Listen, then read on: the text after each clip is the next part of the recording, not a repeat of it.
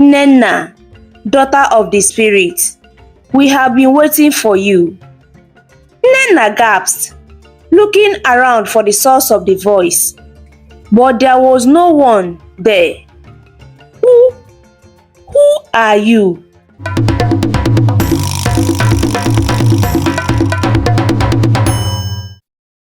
In a quiet village of Obodoma, a woman named Adamma was known for her kindness and generosity. She was married to Okeke, a hard-working farmer.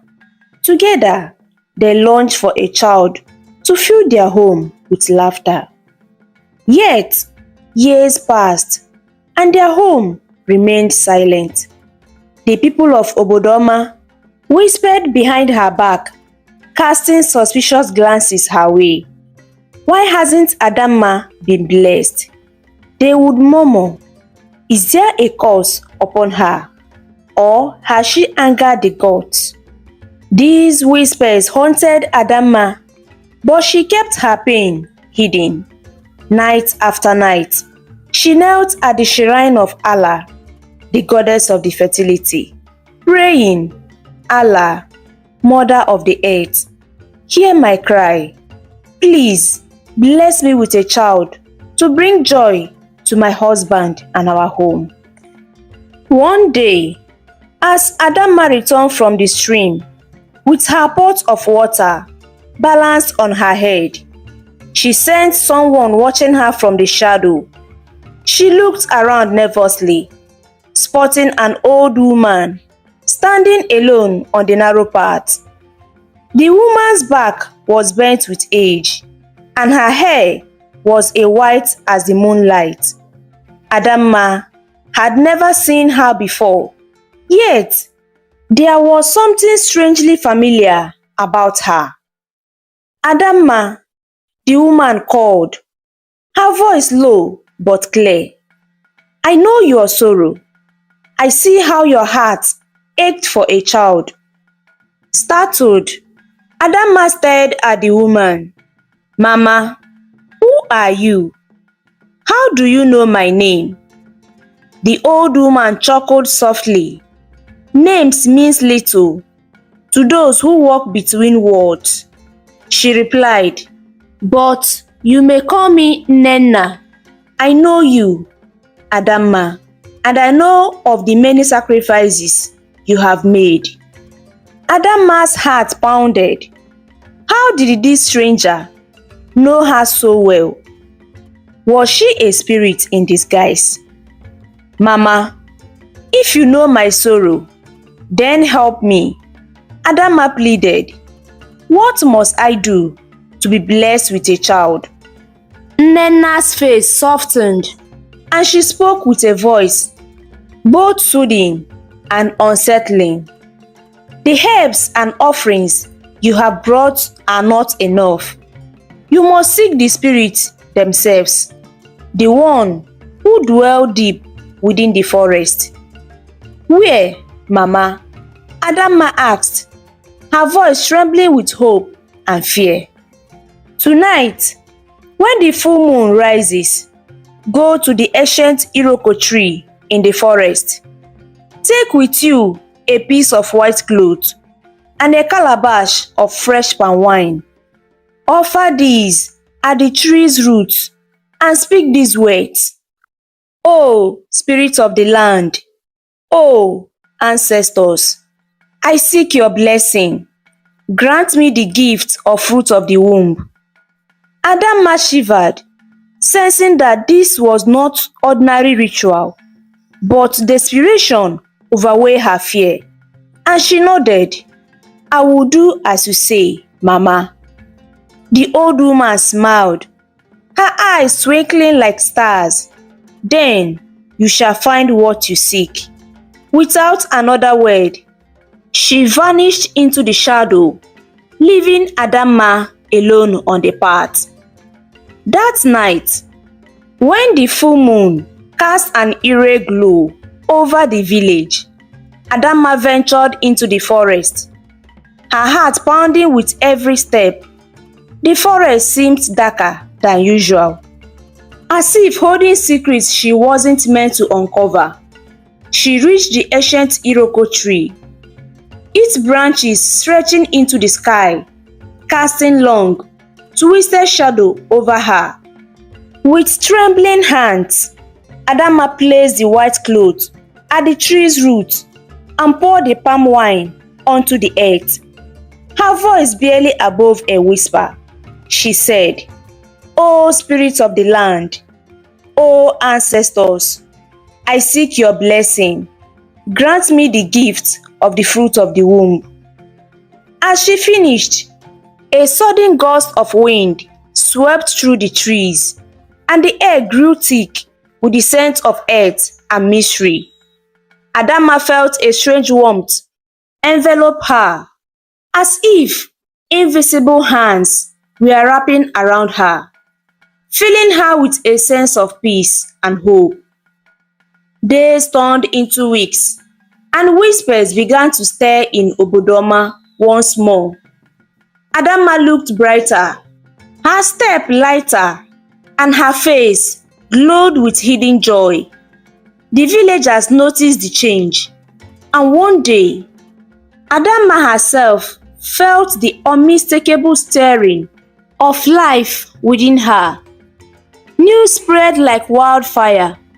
The gods have finally blessed Adamma, the villagers exclaimed, their voice filled with awe. The spirits have heard her prayers.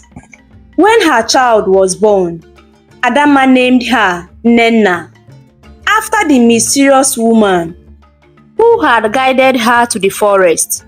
She never saw Nnenna again, and sometimes she wondered if the old woman had been a spirit herself, sent by the gods to answer her prayers. But in her heart, she knew that the spirits of the land had indeed blessed her, granting her the gift she had longed for all her life. Months turned into years, and little Nnenna grew quickly, filling Adamma and the Okeke's home with laughter and joy. Nnenna was a lively child, with eyes that sparkled like morning dawn, and a spirit as bright as the sun. Everyone in Obodoma adored her. She was kind, curious, and showed a wisdom far beyond her age. One evening, Adamma sat under the moonlight, watching Nnenna play with other village children. She couldn't help but feel deep gratitude in her heart. Yet, a part of her mind drifted to the strange old woman, Nnenna, who had shown her the path to becoming a mother. She wondered if Nnenna was still wandering the forest, bestowing blessings on those in need. One night, as the village lay in deep slumber, Adamma heard a gentle knock at her door. She stirred, wondering who could visit at a late hour. When she opened the door, her heart skipped a beat. There, bathed in the silvery glow of the moon, stood the old woman, Nnenna. Her back was still curved, and her hair was still as white as cotton. But her eyes shone with a mysterious light. Nnenna, Adamma gasped, clutching her chest. "Is it truly you?" "Yes, Adamma," Nnenna replied softly. "I have returned to see the fruit of your prayers." Adamma led Nnenna into her home, offering her a place to sit. She quickly brought a calabash of water and some roasted yams to honor her guest. Nnenna smiled and took a small sip, her gaze resting on the child sleeping peacefully in the corner. "Is this your daughter?" Nnenna asked, her voice tender. "Yes, her name is Nnenna," Adamma said, her voice filled with gratitude. "She is the light of our lives." Nnenna nodded, her face glowing serious. "Adamma, I must tell you something. This child is special, gifted by the spirits themselves. She was chosen before birth, and her path will not be like others. You must guide her with care, for she carries a part of the spirit world within her. Adamma's heart grew heavy with worry. Mama, what do you mean? Will she face danger? Nnenna placed a comforting hand on Adamma's shoulder. Do not fear, my child. The spirits are wise. Nnenna has a destiny to bring peace and healing to people. But you must teach her to respect the land, the forest, and all creatures, for they are her allies. The words hung in the air, filling Adamma with both pride and fear. Nnenna stood up, preparing to leave. Before she stepped out into the night, she turned back and said, "Remember, Adamma, whenever Nnenna needs guidance, take her to the forest. The spirits will show her the way." And with that, Nnenna disappeared into the darkness, leaving Adamma in awe. As the day went on, Adamma kept Nnenna's words in her heart. She taught Nnenna about the importance of honoring nature, respecting elders, and helping others. The villagers noticed that Nnenna had a special touch. Injured animals will find their way to her, and plants seemed to thrive in her care. They whispered that the child was a gift from the gods, blessed to heal the world around her. But Adamma knew that Nnenna's journey was only beginning. She watched her daughter grow, always with a watchful eyes, knowing that one day the forest spirit will call her. And when that day come, Adamma vowed to be ready, for she knew her daughter was destined for something far greater than she could imagine. Years passed, and Nnenna continued to blossom, her presence bringing joy to the entire village of Obodoma. She was no longer a little girl, but a young woman, grateful and kind-hearted. Her connection with the nature became even stronger, and the villagers would often seek her out for help with sick animals or wilting crops. Nnenna's gentle hands and soft words seemed to have a magical effect, and it was clear to all that she was not an ordinary child. One warm evening, as Nnenna was gathering herbs by the river, she noticed something unusual. The forest seemed quieter than usual, as if every creature was holding its breath. Then, out of the corner of her eyes, she saw a faint glowing light coming from deep within the woods. Curious and feeling a strange pull in her heart, Nnenna followed the light, her feet moving as if guided by an unseen force.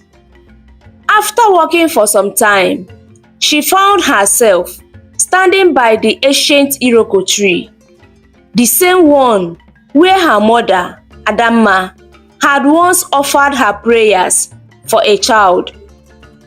The Iroko seemed to glow under a moonlight, and Nnenna felt a deep reverence filled her heart. Just then, a soft voice whispered, "Nnenna, daughter of the spirit, we have been waiting for you." Nnenna gasped, looking around for the source of the voice, but there was no one there. Who are you?" she asked, her voice trembling. "We are the spirits of this land, guardians of Obodoma," the voice replied gently. "You have been chosen to carry our blessings, to heal and protect this village." Nenna's heart raced. She had always felt a connection to the forest, but she never imagined she was chosen by the spirits themselves. "What must I do?" she asked, willing to serve as they wished. "Return here in 3 days with an offering of white chalk, palm oil, and the finest kola nut," the voice instructed. "Under the full moon, we shall reveal your path." With that, the light faded, and the forest returned to its usual sounds. Nenna hurried back home, her mind buzzing with wonder and excitement. She could barely wait to tell her mother what had happened. When she got home, she found Adamma sitting by the fire, waiting for her. Seeing Nenna's wide eyes and breathless state, Adamma smiled knowingly. "The forest had called you, hasn't it?" she asked gently. Nenna nodded, her heart full of pride. "Mama, they told me to return in 3 days with an offering. They said they will reveal my path." Adamma held her daughter's hand, her eyes shining with pride and a hint of fear. "Nenna, I always knew this day would come. You have a gift, a blessing from the spirits, but it is also a responsibility. Promise me, my child, that you will always use your gift for good, to help others and protect our village." "I promise, Mama," Nenna replied, her voice steady. The days passed quickly, and soon it was the night of the full moon. Nenna prepared her offerings carefully, wrapping the white chalk, the palm oil, and kola nut in a piece of cloth. She walked alone to the iroko tree, her heart filled with both excitement and reverence.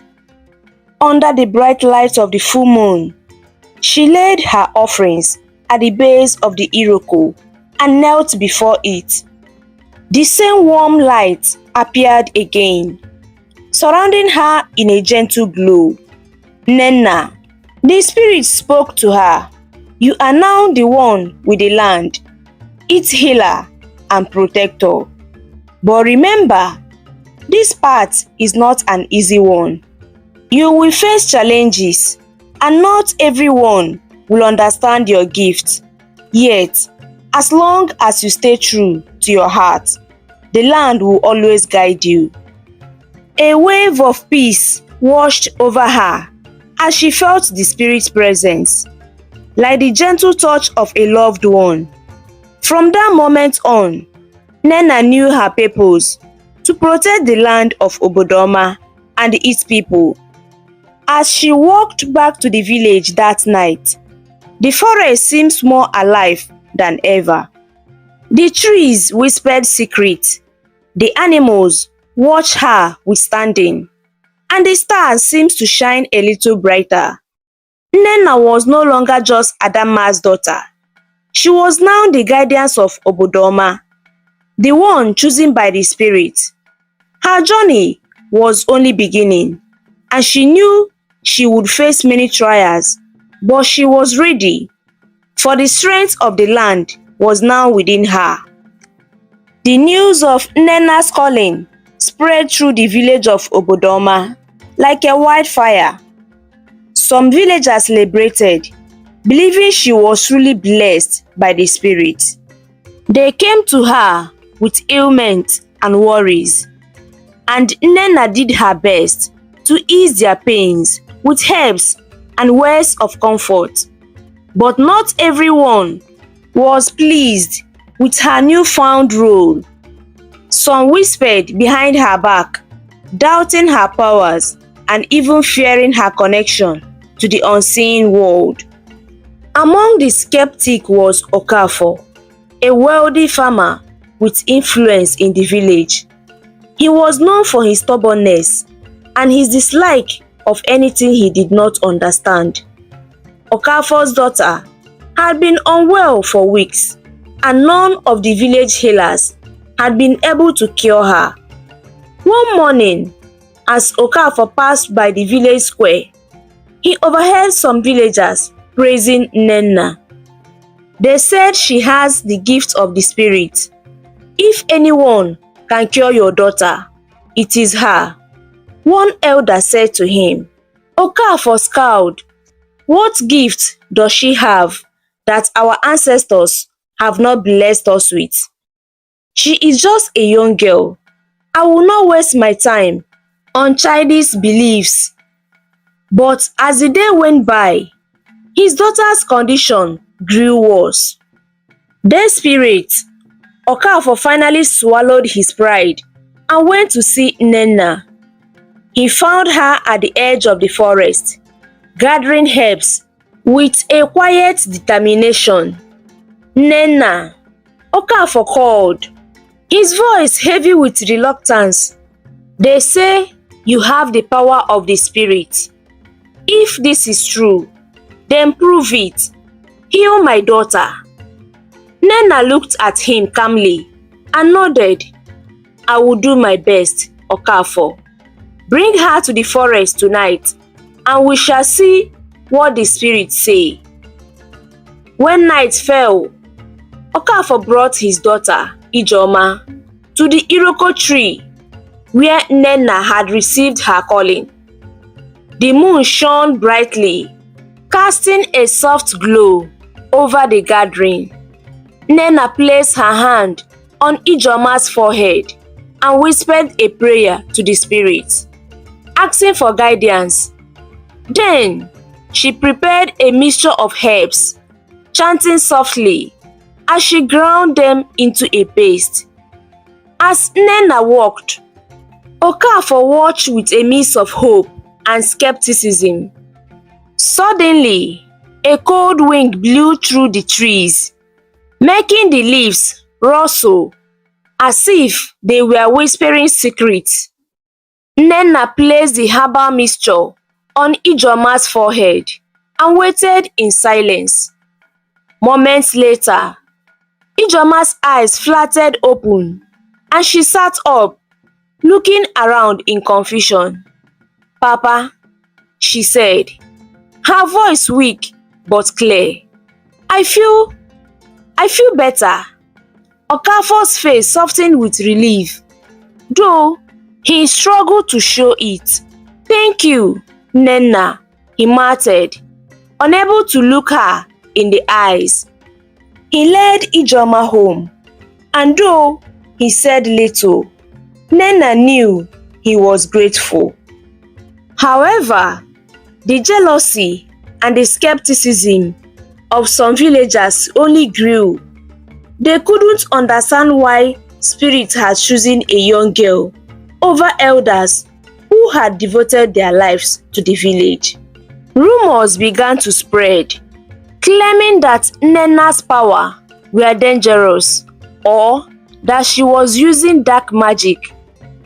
One day, as Nnenna walked through the village, a group of young men confronted her. You may have fooled some with your tricks, but we know better. One of them sneered. If you are truly chosen, prove it by protecting yourself. Before Nnenna could respond, they pushed her, and she stumbled to the ground. Just then, ADEMOYE appeared, her eyes fierce as she rushed to her daughter's side. How dare you lay a hand on her? She shouted, standing protectively over Nnenna.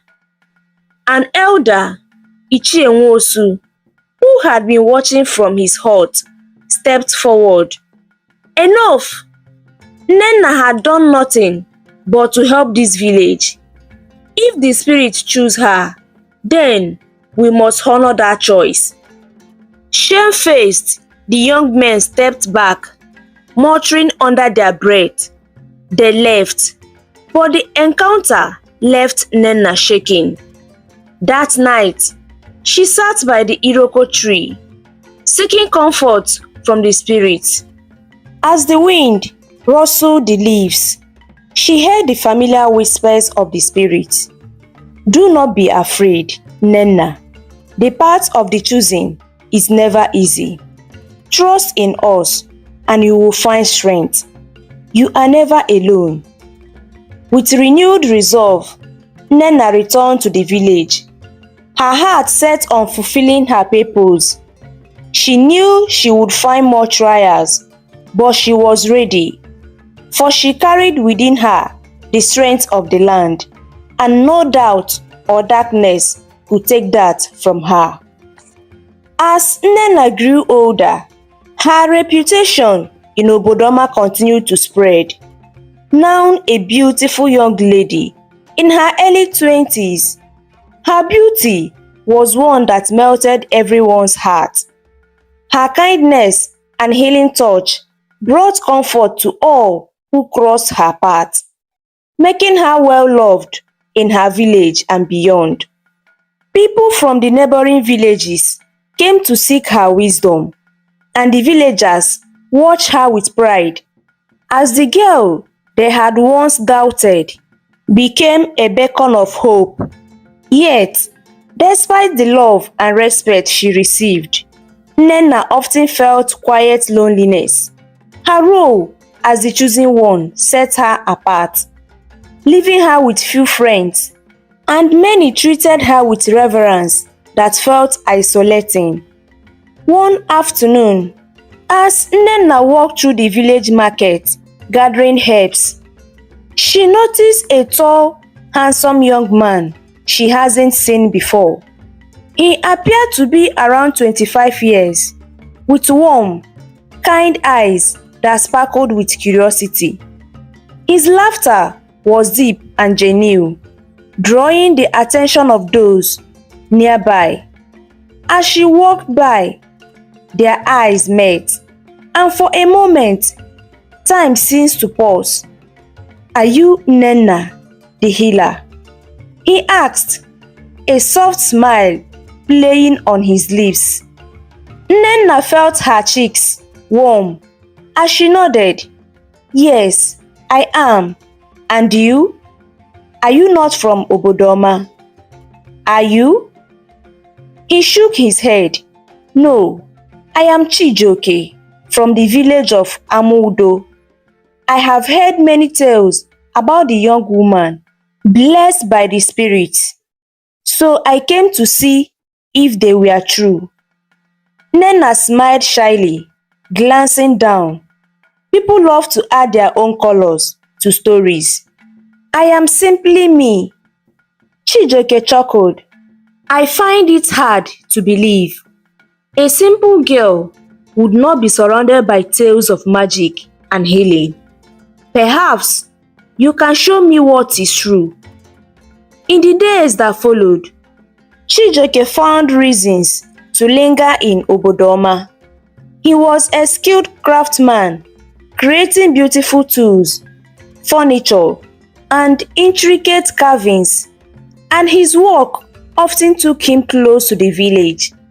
Each morning, he visited the market, hoping to see Nnenna, and before long, they began spending time together. They would walk through the forest, with Nnenna teaching him about the plants and their uses. She felt at ease with Chijioke, who never treated her with fear or reverence. He spoke to her as a friend, someone who saw beyond the tales of the chosen one. One evening, as the sun set, casting golden rays over the village, Chijioke and Nnenna sat by the river bank. Chijioke looked at her with a warmth that made her heart flutter. Nnenna, he began, his voice low. Have you ever thought about what life would be like if you weren't choosing? Nnenna sighed, staring at water. Sometimes it's a heavy burden, knowing that so many people look to me for answers and for healing. But I also know that I wouldn't change it. The spirit chose me, and I want to honor that choice. But sometimes, I wish I could just be a normal girl." Chijioke nodded, his gaze softening. "I wish that too. I wish you could have the freedom to choose a life that makes you happy, even if it's not what others expect." Their eyes met, and in that quiet moment, an understanding passed between them. Nnenna felt a warmth she hadn't felt before, a sense of belonging she hadn't realized she craved. She reached for his hand, and he held hers gently, his touch grounding her.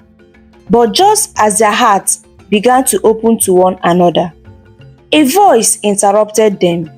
It was UCHE Nwosu, the village elder, his face grave. "Nnenna," he called urgently. "There had been a strange sickness spreading in Amudo. They need your help." Chijioke's face paled as he looked at her. "My village, my family," he whispered, fear evident in his eyes. Nnenna squeezed his hand, her heart racing.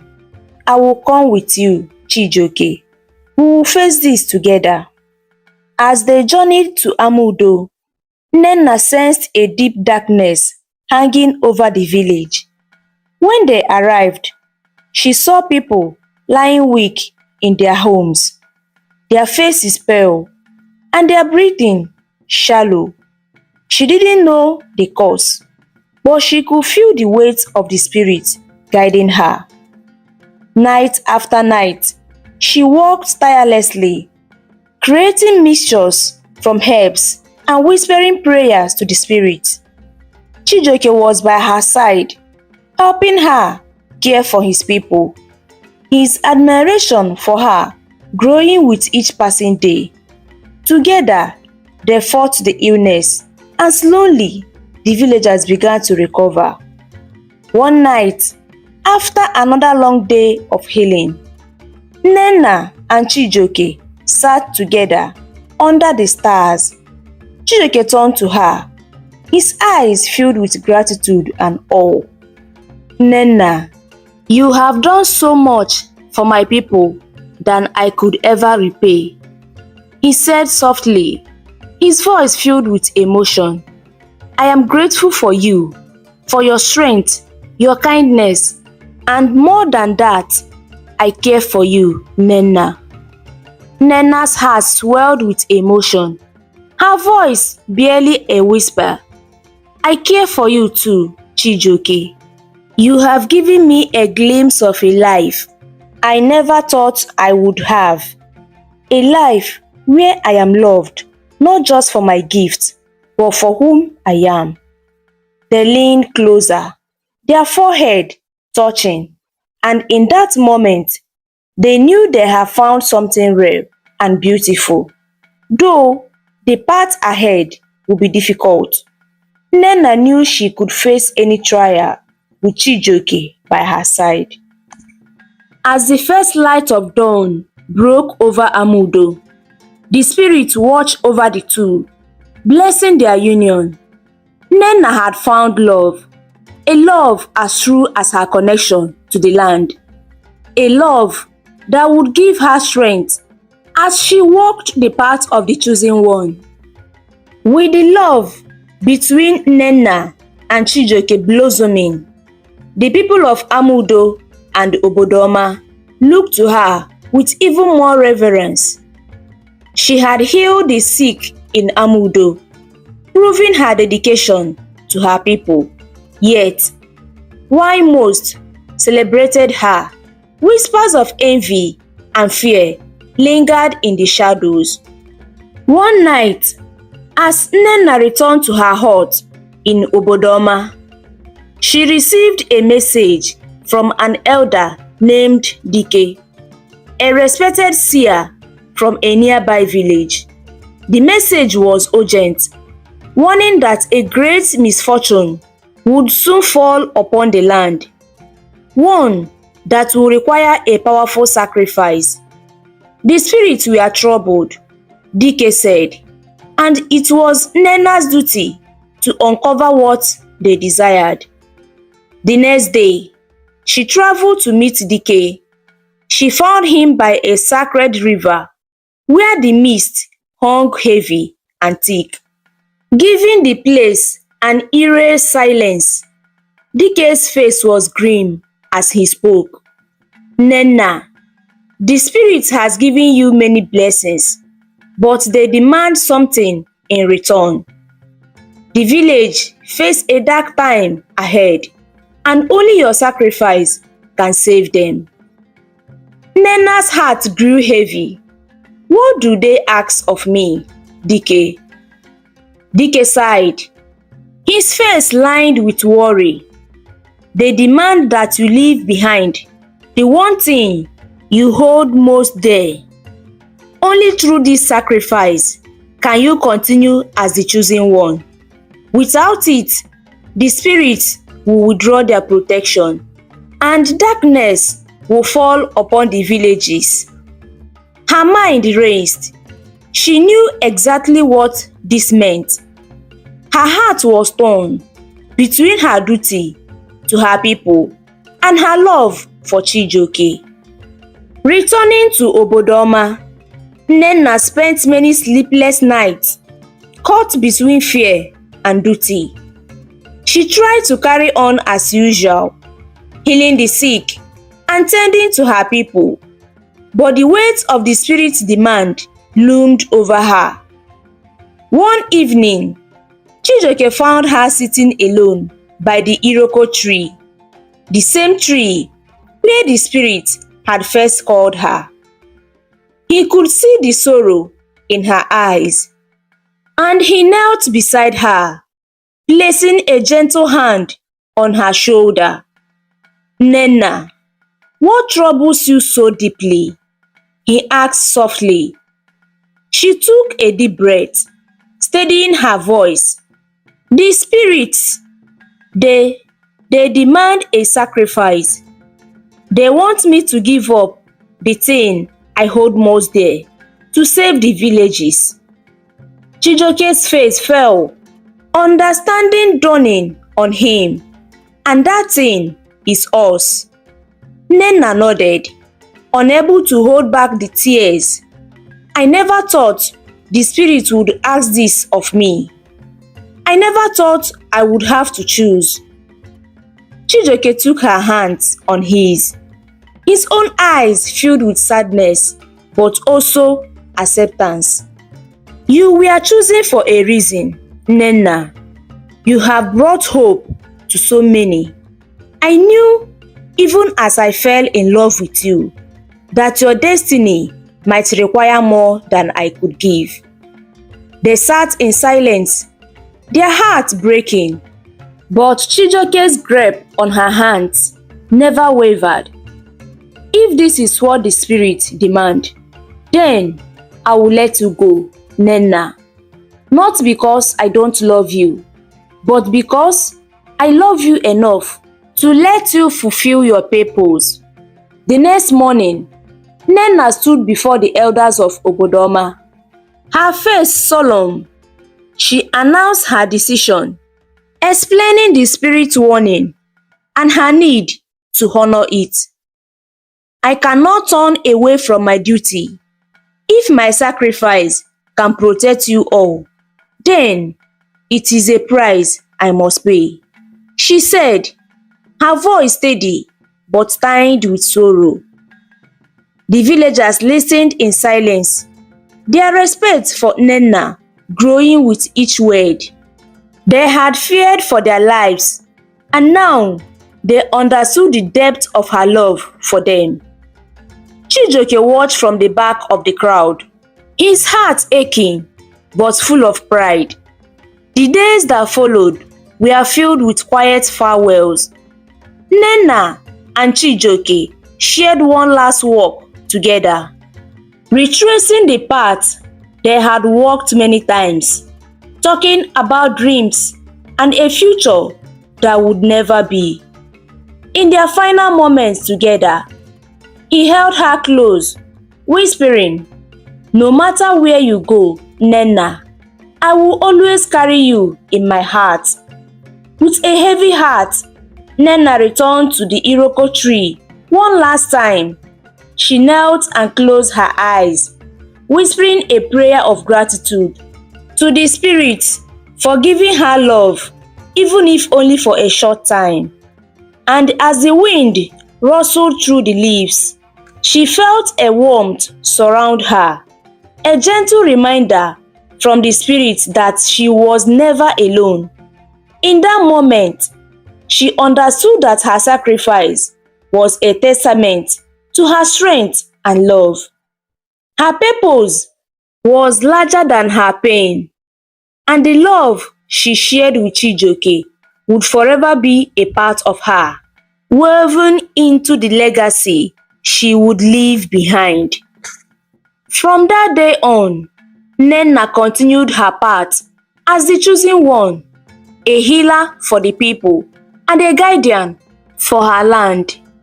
And though the ache in her heart remained, she walked her path with renewed resolve, knowing that her love and her sacrifice would protect the villages for generations to come.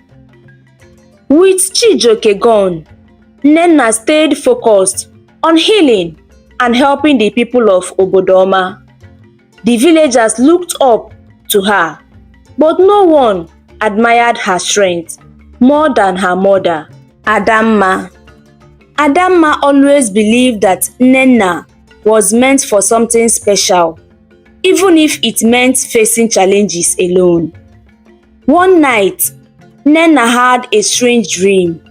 She saw a dark forest, and a voice called her name, asking her to come closer. When she woke up, she felt nervous, but knew she had to speak to Elder Dike, the village seer. Before leaving, she spoke with her mother. "Mama, I feel the spirits are calling me somewhere far, and maybe dangerous." Adamma was worried, but stayed calm. "Listen to them, Nnenna, but remember, not all spirits meant well. Be careful." Nnenna hugged her mother tightly. "I promise I will be careful, Mama. I will come back." After speaking with Dike, Nnenna returned to share her plans. "Mama, the spirits want me to go to a place called Ezel. They said there are great darkness there. A sorcerer who is making life hard for everyone." Adamma frowned, but kept her voice strong. "You must do what is right, but remember, you are my daughter, a child of love and light." The next morning, Adamma packed some food and charms for Nnenna. "Take these, Nnenna, they will protect you. And remember, I'm always with you." Nnenna held her mother's hand and felt brave. "Thank you, Mama. I will keep you close in my heart." The journey to Ezel was hard. Nnenna walked through the thick forest, climbed hills, and crossed rivers. Each night, she held her mother's charm, feeling her mother's love along the way. Villagers told how Ezel was covered in darkness because of sorcerer who had stolen a powerful relic. Hearing this made Nnenna nervous, but she remembered her mother's words. When she reached Ezel, the sky seemed darker, and the villagers were afraid. They told her the sorcerer's magic was powerful. Nnenna listened carefully and decided she had to face him, even if it was scary. That night, she walked into the forest where the sorcerer lived. She held her mother's charm and thought of her village and all the people she loved. In the middle of the forest, she saw the sorcerer waiting for her, his face hidden in shadow, his eyes glowing. "You think you can stop me?" He laughed. "I am too powerful for you." Nnenna stayed calm. "I don't fear you. I carry the love and strength of my family and my people." The sorcerer grew angry and threw dark magic toward her.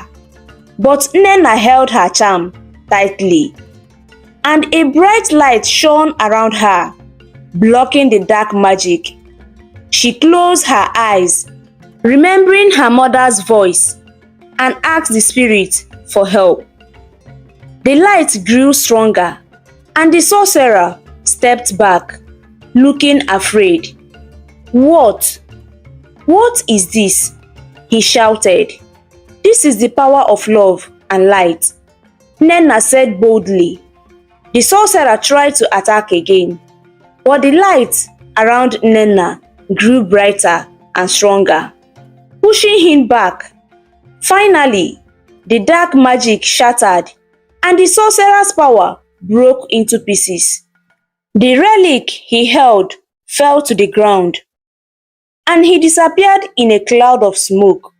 The darkness lifted from Ezel, and the villagers were free. The air became fresh, and the people came out, cheering for Nnenna. They called her the Light of Ezel, thanking her for saving them. When she returned to Obodoma, her mother was waiting for her at the village entrance. Nnenna ran into her arms, feeling safe and loved. "You did it, my daughter," Adamma whispered. Nnenna smiled, tears in her eyes. "Your love helped me, Mama. I could feel it every step of the way." As they walked home together, Nnenna knew that she would always carry her mother's love and courage with her, ready for any challenge that might come her way. After Nnenna saved the village of Ezel, she returned to Obodoma. Though everyone cheered for her bravery, her heart still ached with memories of Chijioke. One evening, as she sat quietly by the fire, she looked up at the stars and whispered, "Chijioke, wherever you are, I wish I could see you again." As if in answer, a gentle breeze swept through the trees, and a warm glow appeared before her. Nnenna gasped, recognizing the spirit of the forest. "Nnenna," the spirit spoke, its voice like a soft echo. "Your love for Chijioke is strong. I have heard your heart's wish." Nnenna exclaimed, filled with hope. "Is there a way for me to see him again?" "Yes, Nnenna," the spirit said. "Your love is pure, and love like this doesn't end. You will be rewarded for your bravery and saving Ezel village. Go to the river bank at dawn, and there you will find the one your heart seeks." The spirit disappeared, leaving Nnenna filled with excitement and joy. She hardly slept that night. The next day, she hurried to the river bank just as the sun began to rise. As she reached the river, she whispered, "Please, spirit, let me see him again." "Nnenna," a familiar voice called.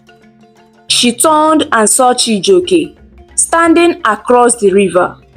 She ran to him, her heart racing. "Chijioke," she cried, joy filling her eyes as she embraced him tightly. "I miss you so much." "I miss you too, Nnenna," Chijioke replied, holding her close. "I thought I would never see you again, but something told me to come here. I felt as if I was being guided by you." Nnenna looked up at him with tears in her eyes. The spirit of the forest had blessed us.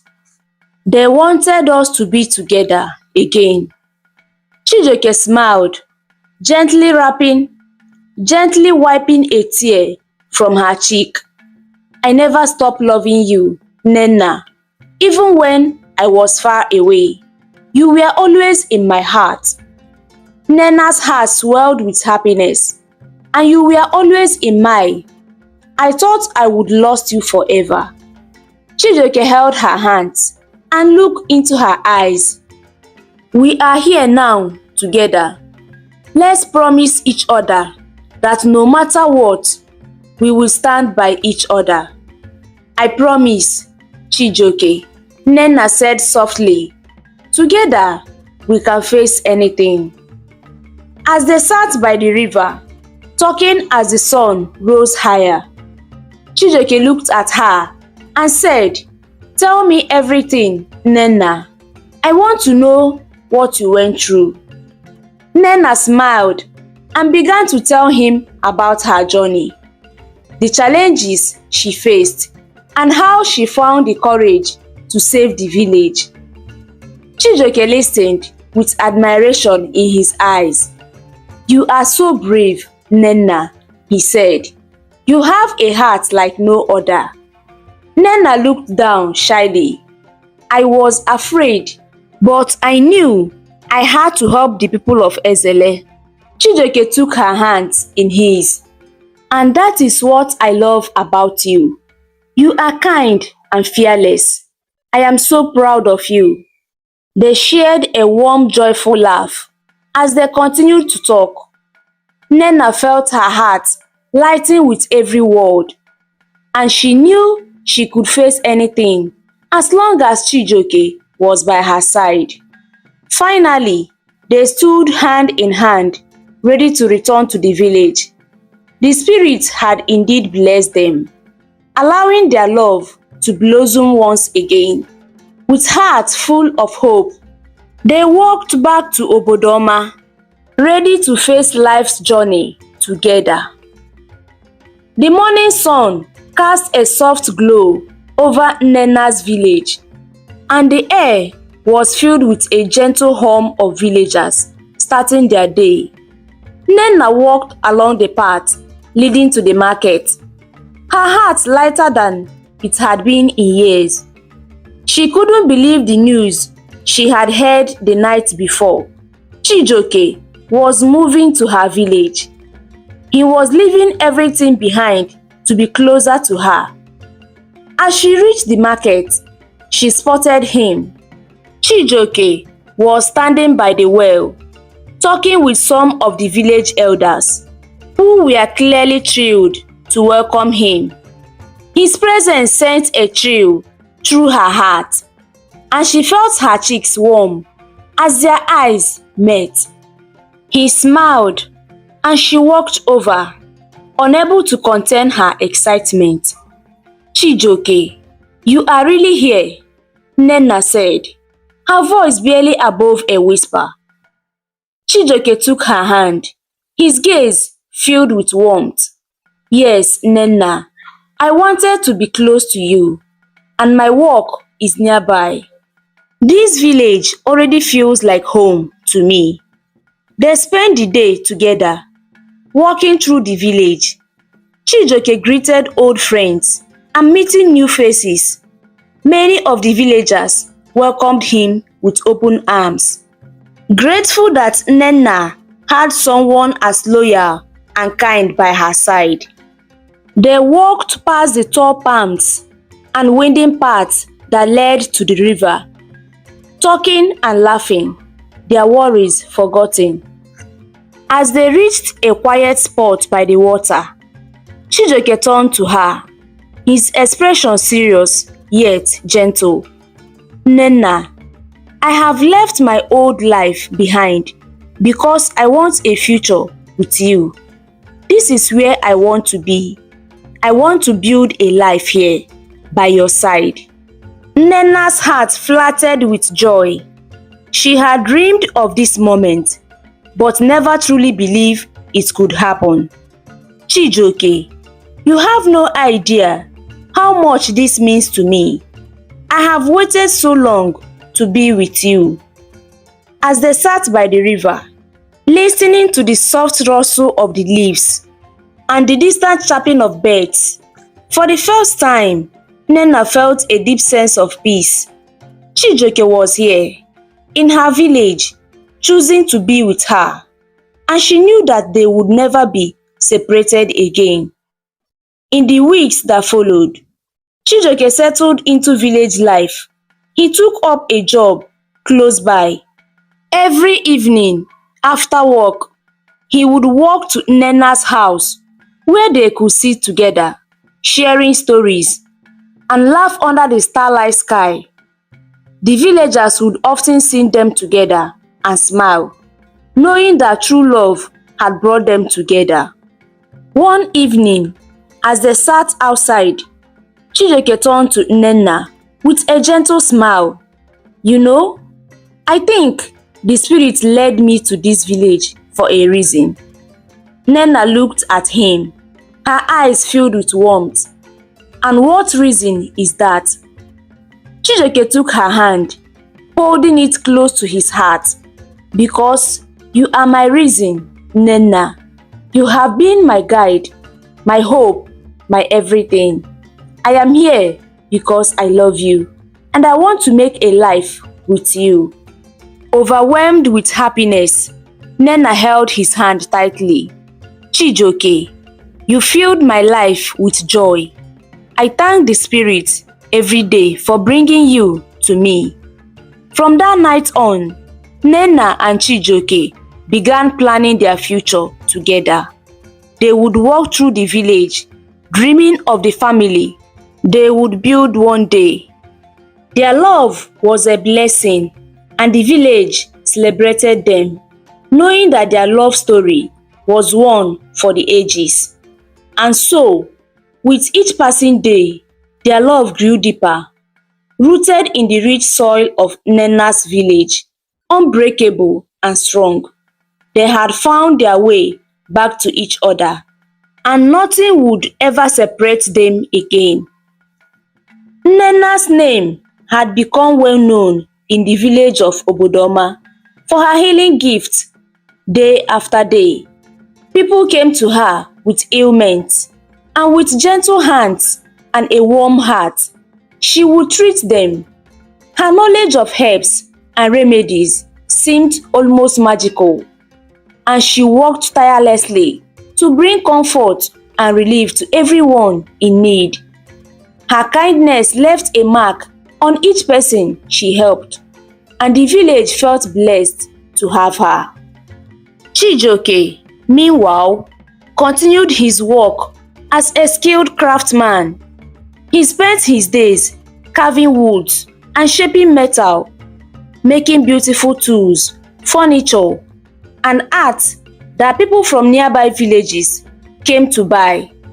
His handwork kept him busy, but his happiest moments were those he shared with Nnenna.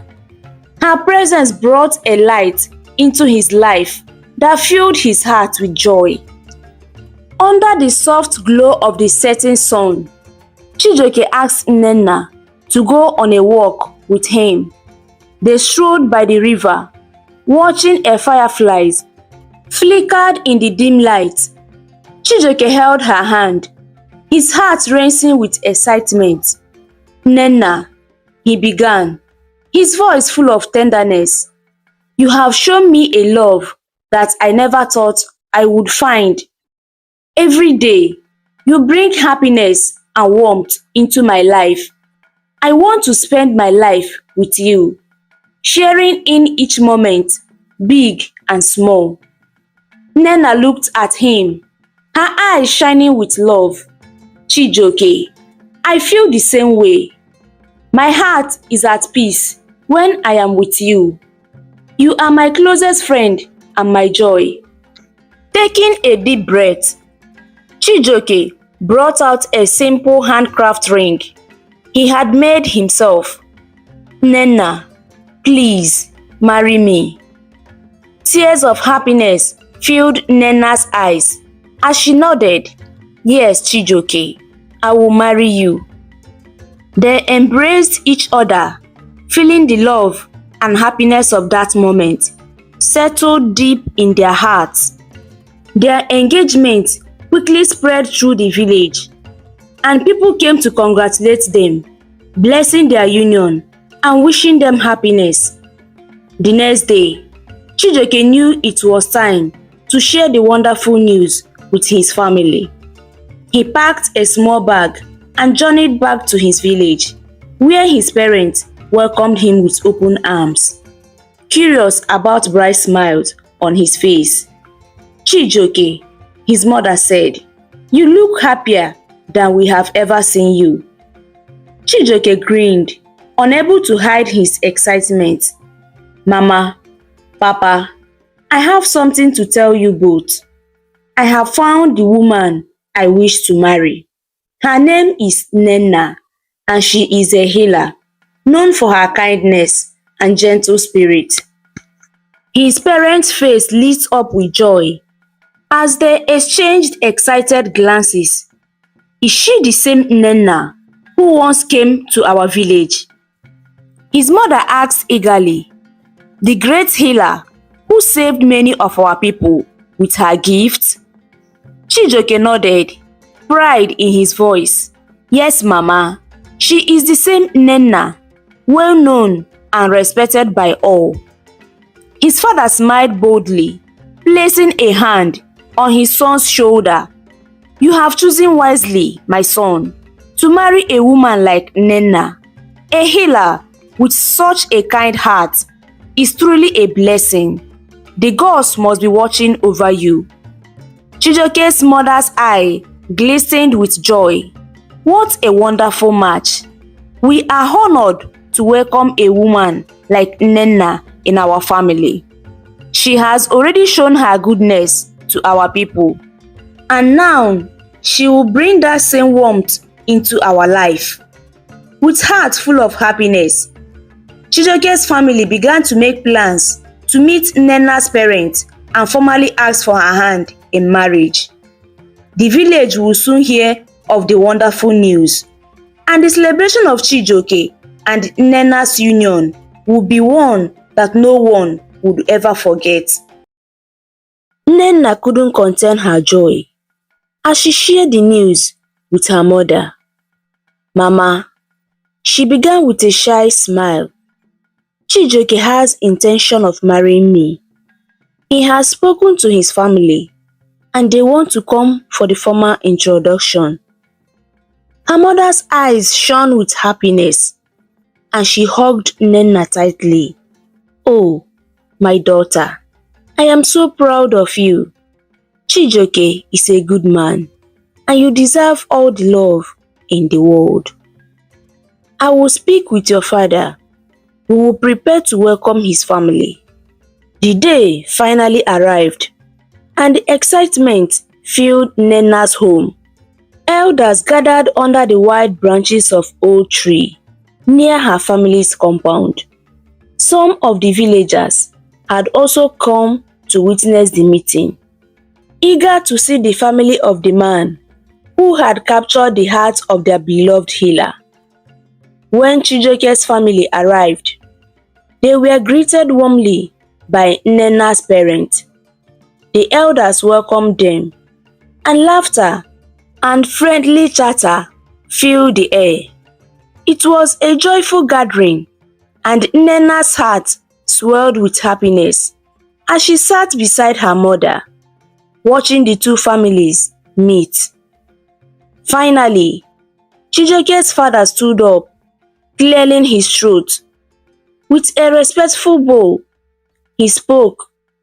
"We are here today to formally introduce ourselves to Nnenna's family and the elders of Obodoma.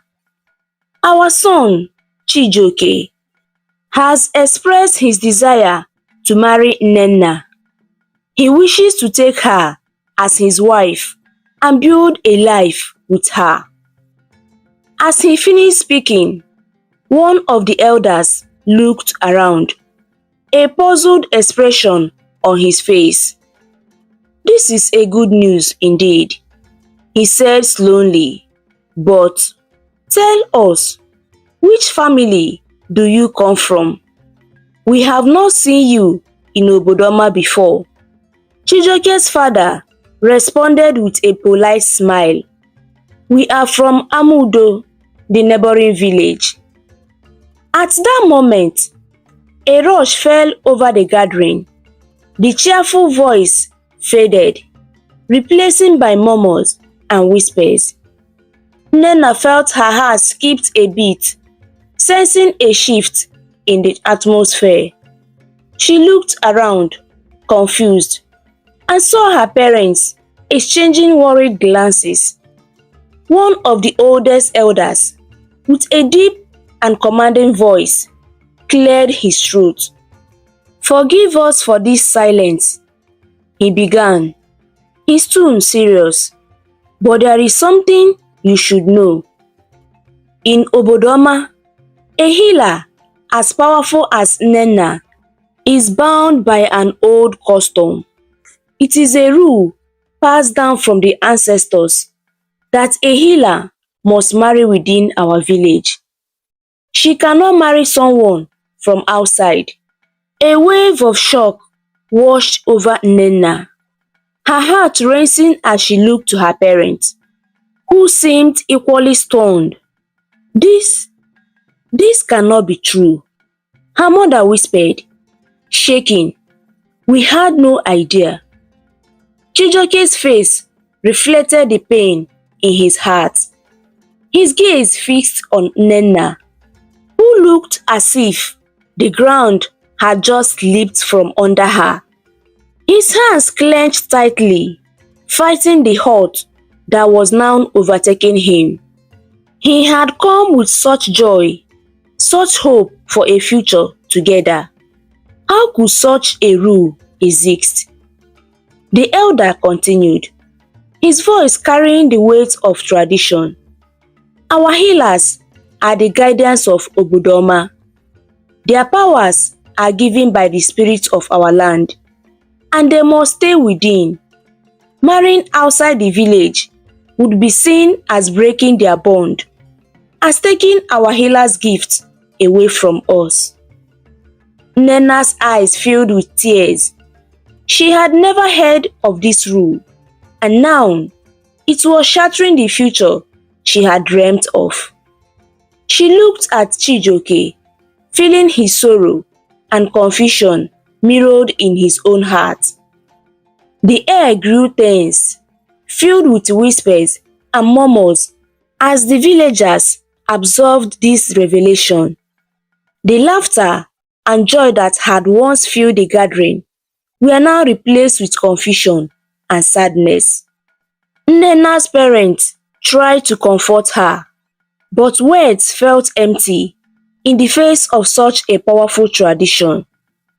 Chijioke's father looked around, his face grim as he realized the gravity of the situation.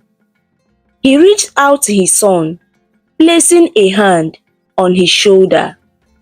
We will find a way, he whispered to Chijioke, though his own heart was heavy with doubt. The gatherings ended in the air of uncertainty. The families parted ways with hearts weighed down by sorrow. And as Chijioke and his family left Obodoma, he stole one last glance at Nnenna, who stood with tears in her eyes, her heart torn between love and duty. As darkness fell over Obodoma, Nnenna was left questioning if there was any path forward, a way to bridge the divide between love and tradition. That night, Nnenna tossed and turned in her bed, her heart aching with unanswered questions. How could the spirit bless her with love only to take it away?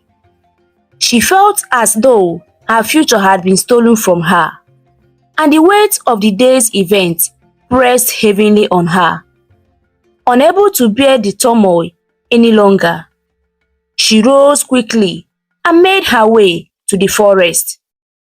The moon cast a gentle glow, guiding her steps as she walked to the sacred grove where she often went to pray. There, she knelt, her voice a whisper, carried by the night wind. "Spirit," she called softly, her voice filled with sorrow. "Why did you never tell me of this rule? Why did you let me fall in love with Chijioke, only to tear us apart? I have followed you faithfully. Why would you bless me with love, only to leave me in this pain?" For a moment, all was silent. Nena's heart beat heavily as she waited, and just when she thought the spirit would not answer, a faint glow appeared in the air before her. The spirit's voice filled the space, soft yet powerful. "Nena," the spirit murmured, "the ways of the ancestors are often hidden, even from those we choose. What you know now is only a small part of what is to come. Trust in us, for though you cannot see it now, there is a path that will lead you to happiness." Nena felt a tear slipped down her cheek, her voice filled with desperation. "But how can I be happy when my love is already shattered? I do not understand. Why would you unite me with Chijioke if only I am not allowed to be with him?" The spirit's voice softened. "You may not understand now, but remember, my child, that we see beyond what you see. Hold on to your faith, for the ending of your fear is not yet written. One day, you will smile again." And with that, the glow faded, leaving Nena alone under the dark canopy of the tree. She sat there, the spirit's words lingering in her mind, but instead of feeling comforted, she felt more confused than ever. How could she possibly find happiness when her heart was already broken? She returned to her bed, but sleep eluded her. Every time she closed her eyes, she saw Chijioke's face, his warm smile, the kindness in his eyes, and the heart that had been there as he walked away. Her love for him felt both like blessing and a curse, a joy she was forbidden from holding. In his own bed, Chijioke lay equally sleepless. His mind replayed every moment with Nena, every laugh and quiet conversation. He felt the pain of loss deeply, as though a part of him had been torn away. How could something so true, so pure, be denied by a rule no one had told him about? He clenched his feet, anger mingling with the sorrow. Why had the spirit let him find love only to snatch it away? And what could he do to change a rule as ancient as the land itself? That night seemed endless as both Nena and Chijioke wrestled with their heartbreak, each caught between hope and despair. And though the spirit had promised Nena she would smile again, her heart was filled with only questions, her path shrouded in mystery. As dawn approached, the first rays of sunlight filtered through the trees, a faint reminder of a new beginning. Yet for Nena and Chijioke, it felt as if their love was slipping further into the shadows, bound with forces neither could control. As dawn broke over Obodoma, Nena awoke with the weight of the uncertainty still heavy in her heart. Her parents called her, and she entered the warm kitchen where the aroma of breakfast filled the air. They looked at her with concern, their eyes searching for signs of distress. "Nena, come sit with us," Her mother said gently, "We need to talk." Taking a seat, Nnenna took a deep breath and shared her conversation with the spirit from the night before. "The spirit told me to be strong, that I would smile at the end, but I still feel lost. How can I be happy if I cannot be with Chijioke?" Her father listened intently, then spoke softly. "My daughter, the spirits are wise. They see beyond what we can understand. Perhaps you will find a way to laugh again, but you must remain calm and trust in their guidance." Nnenna nodded, but doubt lingered in her heart. She wanted to believe her parents' words, but the pain of uncertainty was overwhelming. Meanwhile, in Amudo, Chijioke returned home after a restless night. As he entered his family's compound, he found his parents whispering to one another. They paused when he greeted them. Their faces ached with concern. "Chijioke, come here," his mother said, her voice trembling slightly. "We need to tell you something important. Something we have never shared with you before." Chijioke's heart raced, sensing the gravity of the moment. He sat down, confusion swelling in his mind. What is it? With a deep breath, his father began. "Many years ago, when you were just a baby, we found you abandoned in the field of Obodoma. Your cries reached us as we were farming, and when we followed the sound, we discovered you wrapped in a wool scarf, all alone." Chijioke's eyes widened in shock. "Abandoned? You mean I was left there?" "Yes," his mother continued, tears welling in her eyes. "We searched the area, hoping to find someone who had lost you, but there was no one. It became clear that you had been left behind. We could not walk away, so we took you home and raised you as our own." The news hit Chijioke like a thunderbolt. He had always known love and warmth from his parents, but this revelation turned his world upside down. "You mean I'm not your biological son?" he asked, his voice barely above a whisper. "Listen, my son," his father said, reaching out to hold Chijioke's hand. "No matter where you came from, you are still our son. We loved you and raised you to be man you are today. Perhaps the gods planned it all, and maybe you were meant to return to Obodoma. It is possible that you were destined to be part of the village all along." Chijioke felt a mix of emotion coursing through him: shock, confusion, and a strange sense of belonging. But how can I face Nnenna now? What does this mean for us? His mother wiped her tears and spoke with resolve. "You must talk to her. Share your truth. You may find that this new knowledge only strengthens the bond you have with her. Love can overcome many obstacles, even those we never knew existed." Taking a deep breath, Chijioke realized the importance of his parents' words. He had always felt a connection to Nnenna, something deeper than mere affection.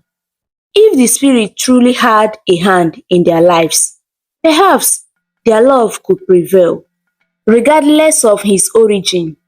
"I will speak to her," Chijioke declared, determination settling in his heart. "I will tell Nnenna everything, and together we will find a way forward." With that resolve, Chijioke embraced his parents, grateful for their love and support. He felt a flicker of hope ignite within him, ready to face whatever challenges lay ahead, especially the most daunting one of all, seeking Nnenna's heart once more. Chijioke spent the day preparing himself for the conversation with Nnenna. As the sun dipped below the horizon, casting a warm glow over the village, he set out toward Obodoma. His heart raced with anticipation and anxiety. Would she understand? Would she still want him after hearing the truth about his origins? When he arrived at Nnenna's home, he found her sitting outside, surrounded by the calming scent of herbs and flowers. The fading light highlighted her beauty, but it was her expression of deep thought that captured his attention.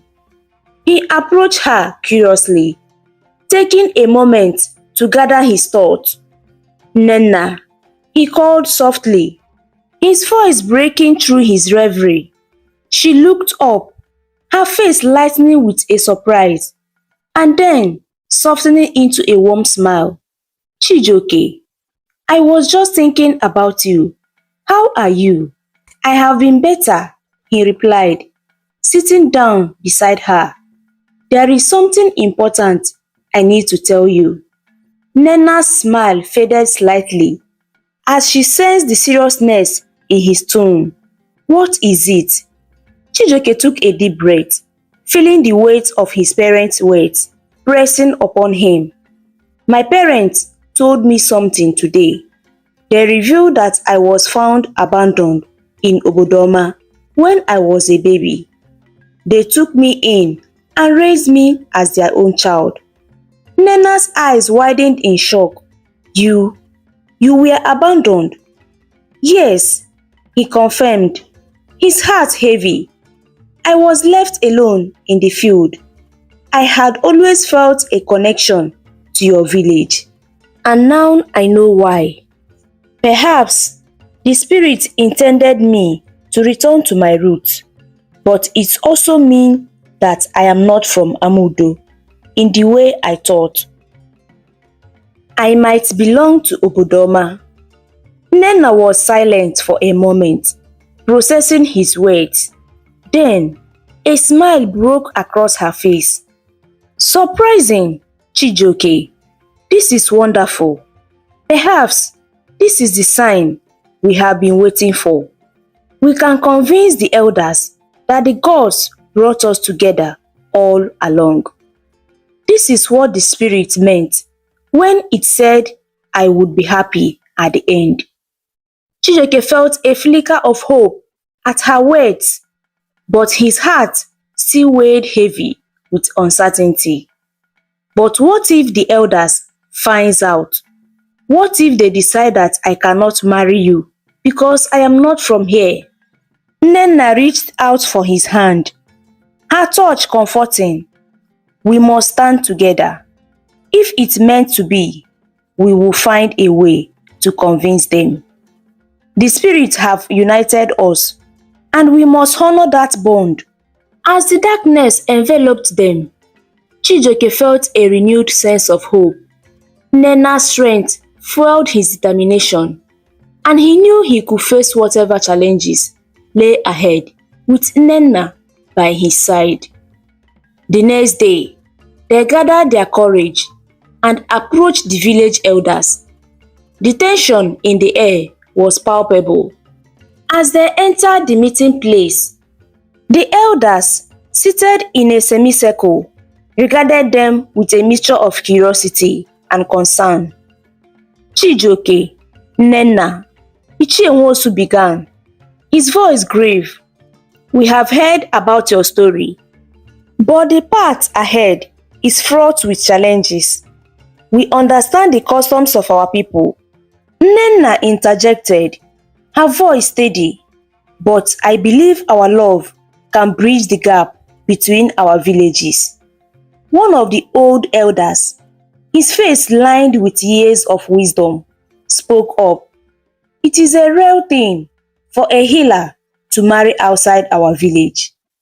Our traditions are strong, and they have kept us safe for generations. Why should we change?" Chijioke stepped forward, his heart pounding. "I may not grow up in Obodoma, but this village has always felt like a home to me. I have found my heart here in Nnenna. If the spirit guided me back to her, then there must be a reason. The oldest elder nodded thoughtfully. Even though you were found on the Obodoma's field, this is a step for you to find your roots and know where you truly come from. However, until you find your roots and find if you are truly from Obodoma, we can give you our blessing. The discussion continued. Voices raised in passionate debate. Chijioke and Nnenna stood side by side, facing the uncertainty with courage and hope. As the sun began to set, casting a golden hue over the gathering, the elders deliberated quietly among themselves. Finally, Ichie spoke once more. We will not decide today. We need time to reflect on this matter. Love is indeed powerful, but so are the traditions that have guided us for generations. We must weigh both sides carefully. Chijioke felt a mixture of relief and anxiety washed over him. They had not been rejected outright, but the uncertainty of their future remained. As they left the meeting, Nnenna took Chijioke's hand, squeezing it tightly. We will face this together, no matter the outcome. The spirit brought us together for a reason, and I believe they will guide us through.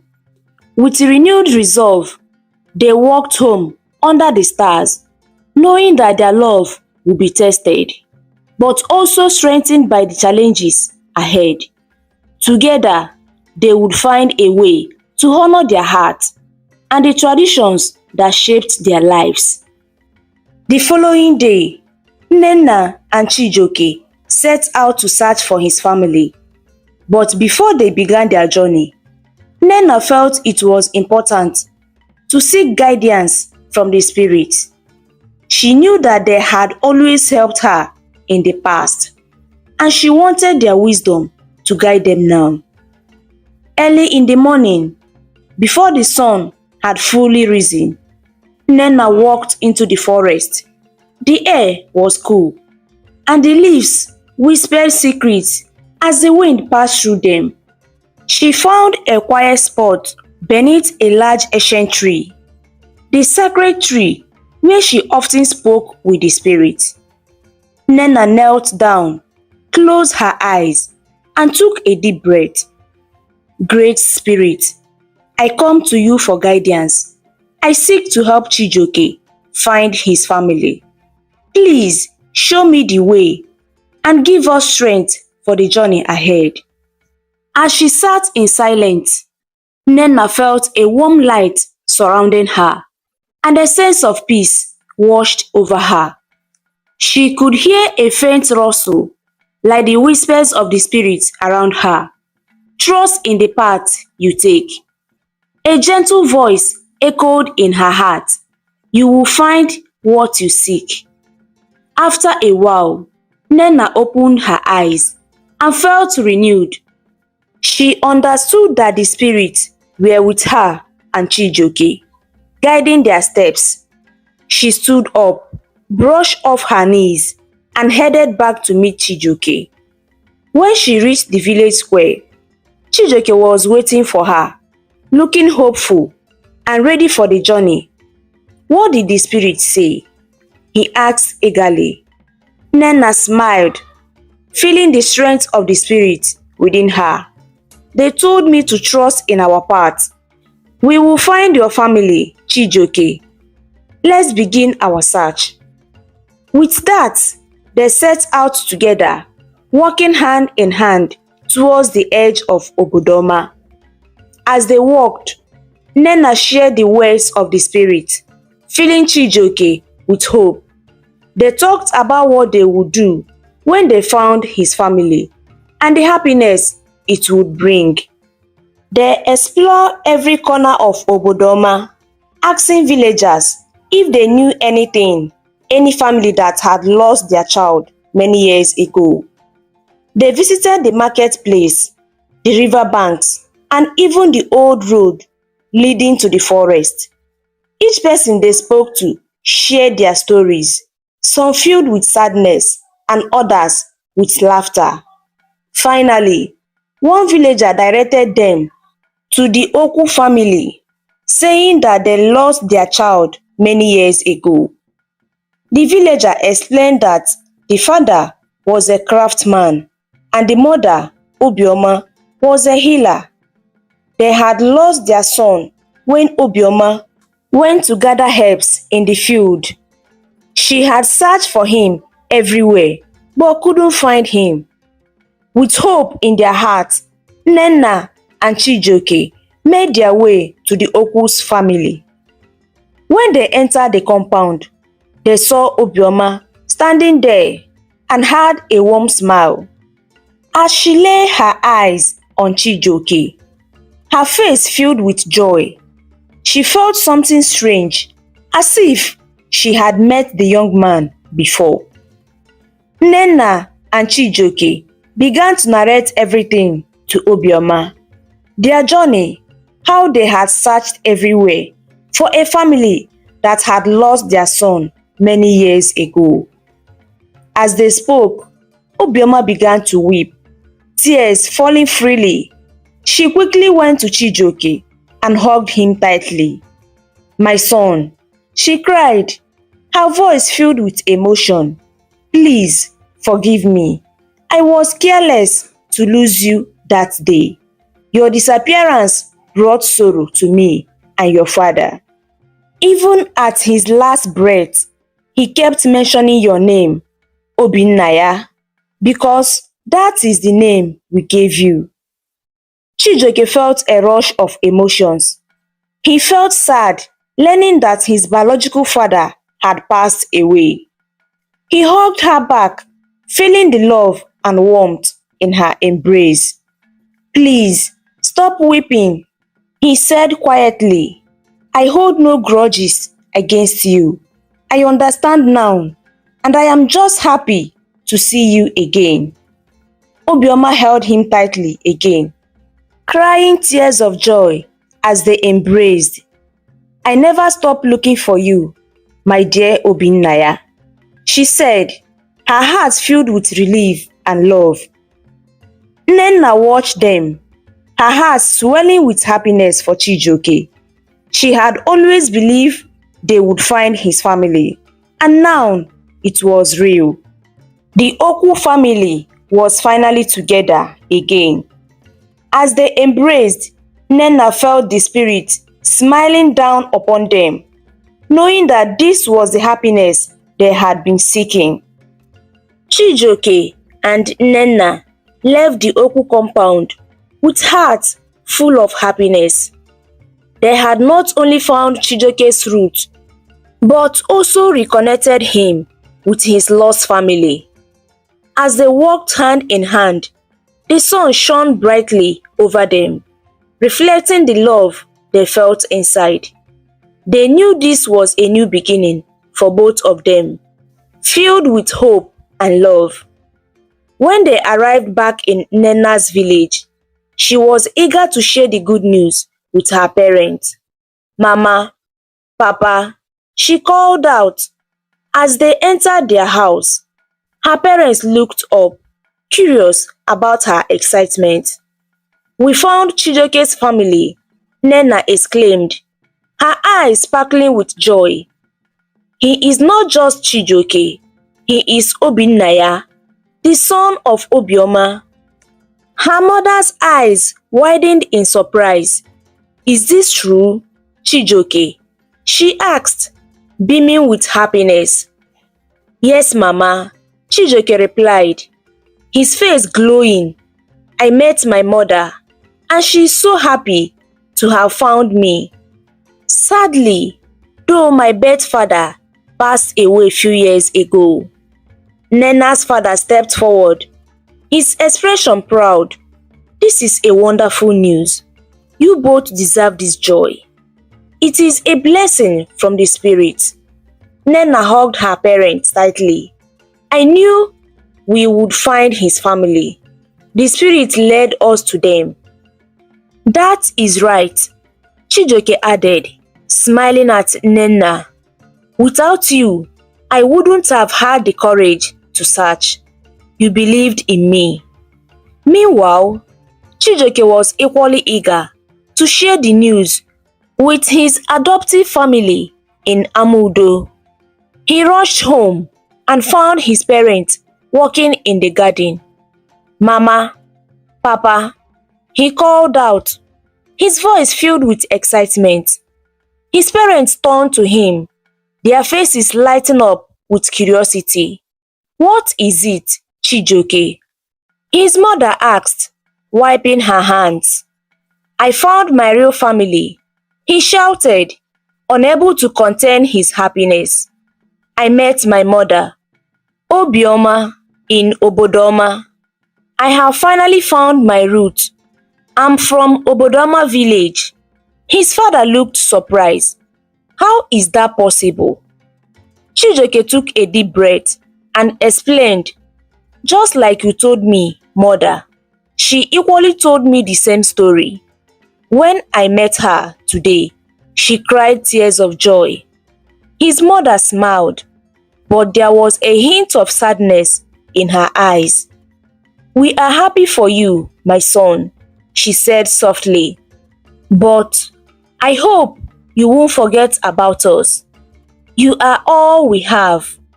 Chijioke sensed their concern and quickly assured them, no, Mama, you and Papa raised me with love. You are my family and nothing can change that. His mother wiped her tears.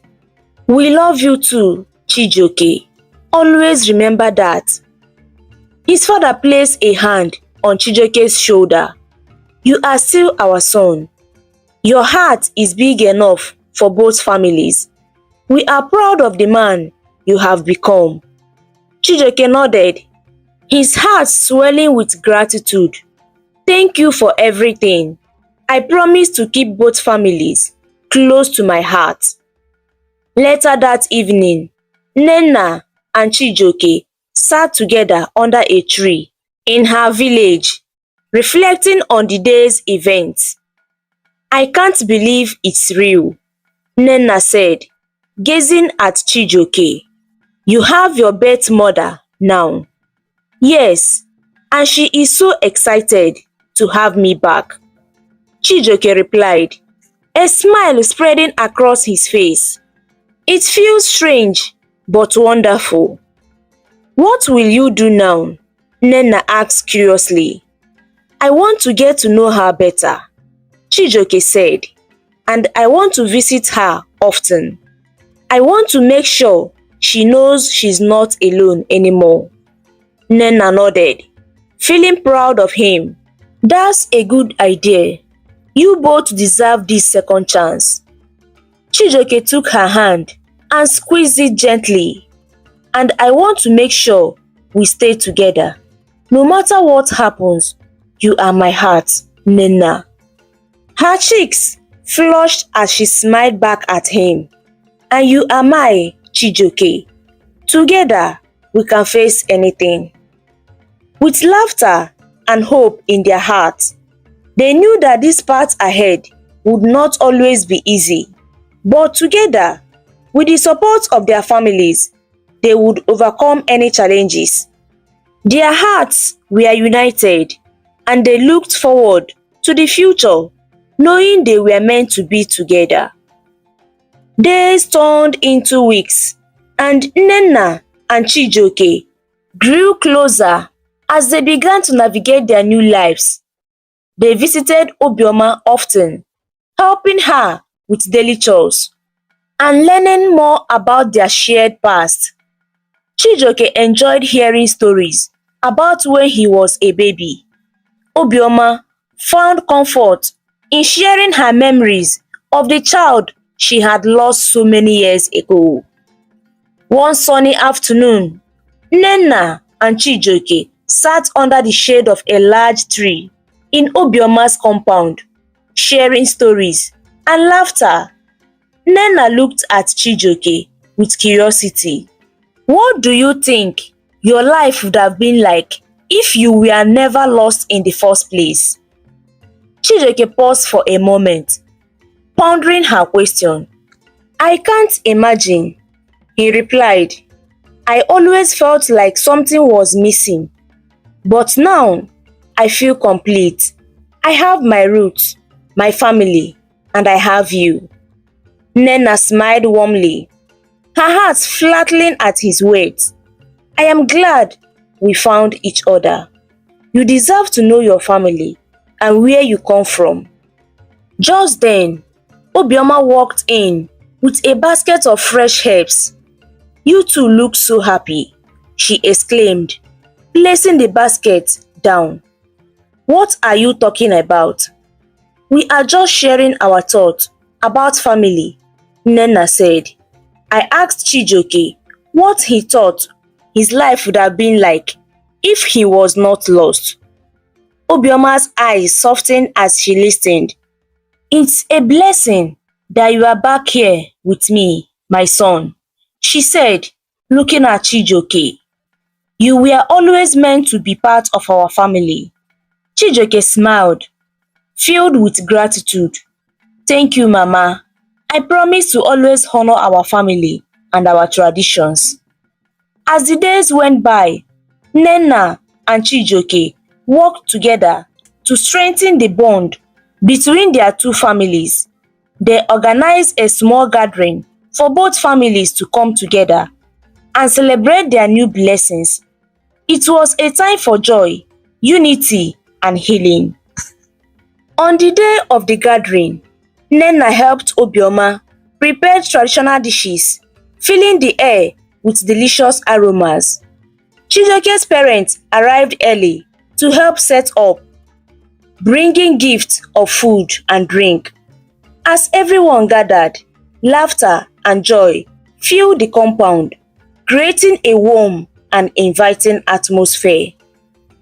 When it was time to start, Nnenna stood up and raised her voice to get everyone's attention. Thank you all for coming. Today, we celebrate family, love, and new beginnings. We have all faced challenges, but together we can overcome everything. Chijioke joined her, looking around at the smiling faces. I am grateful to have found my roots and my mother. I also want to thank my Amudo's family for raising me with love. You all are dear to me. Obioma stepped forward, tears of joy in her eyes. I lost my son many years ago, but today I feel whole again. Thank you for accepting Chijioke back into our family. We are all united now. As the sun began to set, casting a golden glow over the gathering, the families shared stories, laughter, and food. Nnenna and Chijioke watched as their parents connected, forging new friendships and deepening their ties. Later in the evening, as the stars twinkled in the night sky, Chijioke took Nnenna aside. I want to thank you for being my strength all through this, he said, looking deeply into her eyes. Without you, I may have given up on finding my roots. Nnenna smiled softly, brushing her fingers against his hand. You would have found your way, Chijioke. You are strong and you have a good heart. I feel lucky to have you by my side, he replied. I want to make a promise to you. No matter what happens, I will always stand by you and support you. And I promise to stand by you as well, Nnenna said, her heart swelling with love for him. Together, we can face anything that comes our way. After a moment of silence, Nnenna spoke again. Chijioke, I think it's time we start planning our future together. Chijioke raised an eyebrow, intrigued. What do you mean? I mean, we should set a date for our traditional marriage, Nnenna said, her eyes sparkling with excitement. Chijioke's face lit up with joy. Yes, that is a wonderful idea. We should talk to our families and the elders. The next day, they gathered the elders from both villages to seek their blessings. As they sat together, Nnenna and Chijioke shared their intentions. The elders listened carefully. After some discussion, they nodded in agreement. One of the oldest elder spoke. Chijioke is now one of us, and we are pleased to give our blessings for your marriage. You both have shown great love and support for your families, and we support your union. Joy filled Nnenna and Chijioke's hearts. They were excited to finally set a date for their traditional marriage. As they left the meeting, hand in hand, Nnenna smiled at Chijioke. Can you believe it? We are really going to do this. I can't wait, Chijioke replied, squeezing her hand gently. We will have the wedding of our dreams, surrounded by our loved ones. As they walked back to their families, both Nnenna and Chijioke felt a sense of peace and happiness. They knew that their journey was just beginning, and with the support of their family and each other, they could build a future filled with love and joy. The day of Nnenna and Chijioke's traditional marriage arrived, and the air was filled with excitement. Both families worked tirelessly to prepare for the celebration. Colorful decorations adorned the compound, and the aroma of delicious food wafted through the air, enticing everyone who passed by. As the sun rose high in the sky, villagers began to gather, dressed in their finest traditional attire. Laughter and chatter filled the air as friends and family exchanged greetings and shared stories of the couple. Nnenna wore a beautiful embroidered dress, radiant and full of joy. Chijioke, handsome in his traditional attire, could hardly contain his excitement as he awaited the arrival of his bride. Are you ready for today? Nnenna's friend asked, adjusting her hair bead. Nnenna smiled brightly. I have never been more ready. I can't wait to see Chijioke's face when he sees me. Just wait until you dance together. Everyone will be watching. Her friend laughed. When it was time for the ceremony, Nnenna and Chijioke stood before the elders and their families. The eldest man in the village spoke, welcoming everyone and blessing the couple. Today, we celebrate the love between Nnenna and Chijioke.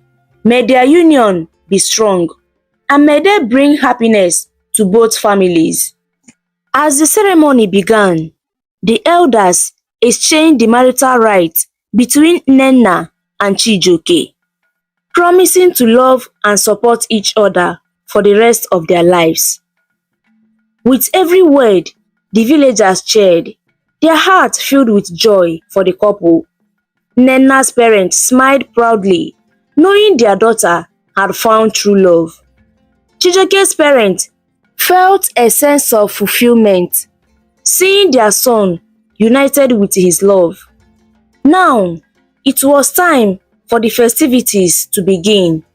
The villagers danced joyfully, music playing in the background, creating an atmosphere of happiness. Traditional drummers beat their drums and dancers moved graciously, showcasing their skills and talents. Nnenna and Chijioke joined in, laughing and dancing together, their hearts full of joy. Can you believe we made it at last? Chijioke shouted over the music, grinning at Nnenna. It feels like a dream, Nnenna replied, spinning around. I never want this moment to end. As the day went on, the tables were filled with an abundance of food: pounded yam, egusi soup, pepper soup, nkwobi, and a variety of local delicacies. Everyone gathered to eat and share stories, their laughter echoing throughout the village. Obioma, overwhelmed with happiness, watched as her son celebrated with his new family. She approached Nnenna and Chijioke, tears of joy in her eyes. "I am so grateful for this day. You two bring light into my life," she said, embracing them together. "Thank you for accepting me as your mother," Obioma said, her voice filled with warmth. "Always, mother. You are my blood," Chijioke replied, wiping her tears. As the sun began to set, casting a golden glow over the village, Nnenna and Chijioke were called to the center of the celebration for a special dance. The villagers formed a circle around them, clapping and singing traditional songs. They danced with joy, feeling the warmth of their families and the support of their community. When it was time to end the festivities, the elders gathered once more to bless the couple. They spoke words of wisdom and love, wishing them a life filled with happiness and prosperity. "May your home be blessed with laughter," one elder said, smiling at the couple, "and may you always find strength in each other."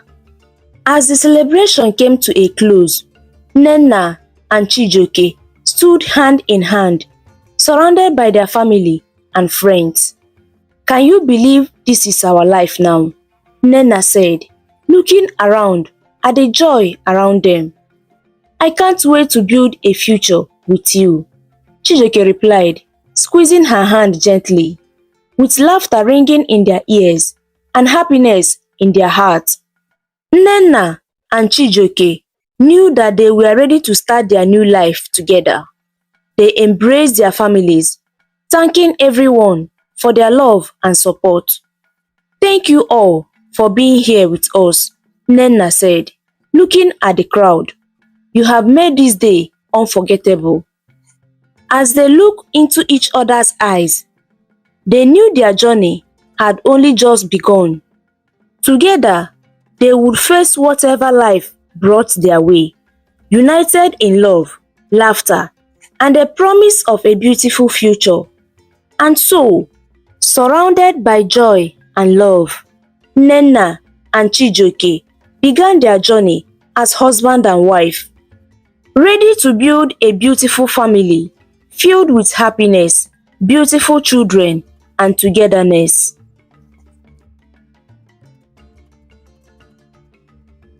The story of Nnenna and Chijioke teaches that love can overcome obstacles, emphasizing the importance of family support and forgiveness in relationships. It highlights the importance of knowing one's roots and the resilience needed to face challenges.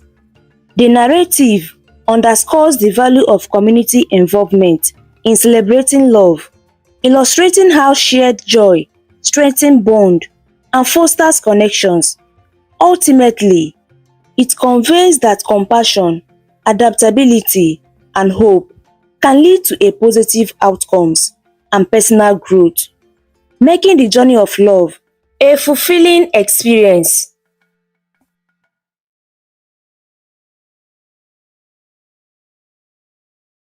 Thank you so much for watching. Your love and support means the world to me. I would love to hear your thoughts, so please share them in the comments below. And don't forget to subscribe for more interesting African stories. See you on the next video. Bye!